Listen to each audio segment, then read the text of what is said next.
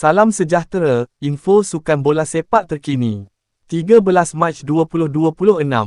Liga Bola Sepak Malaysia, MFL, secara rasmi mengesahkan bahawa pendaftaran 4 pemain Joao Figueiredo, John Irazabal, Hector Havel, JDT, dan Gabriel Palmero, Kuching City FC, sebagai pemain tempatan adalah sah dan mengikut peraturan Liga Malaysia musim 2025 hingga 2026.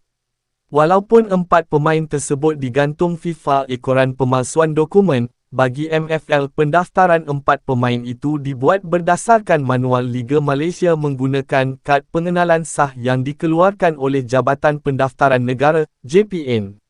Jadi MFL menegaskan tiada peraturan yang dilanggar oleh kelab terlibat semasa proses pendaftaran musim ini.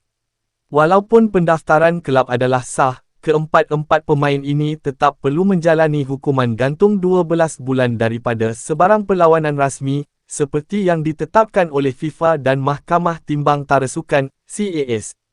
Isu ini timbul susulan kes pemalsuan dokumen yang melibatkan 7 pemain, termasuk Emmanuel Machuca, Facundo Garces, dan Rodrigo Holgado, yang mengakibatkan mereka disekat daripada mewakili pasukan kebangsaan.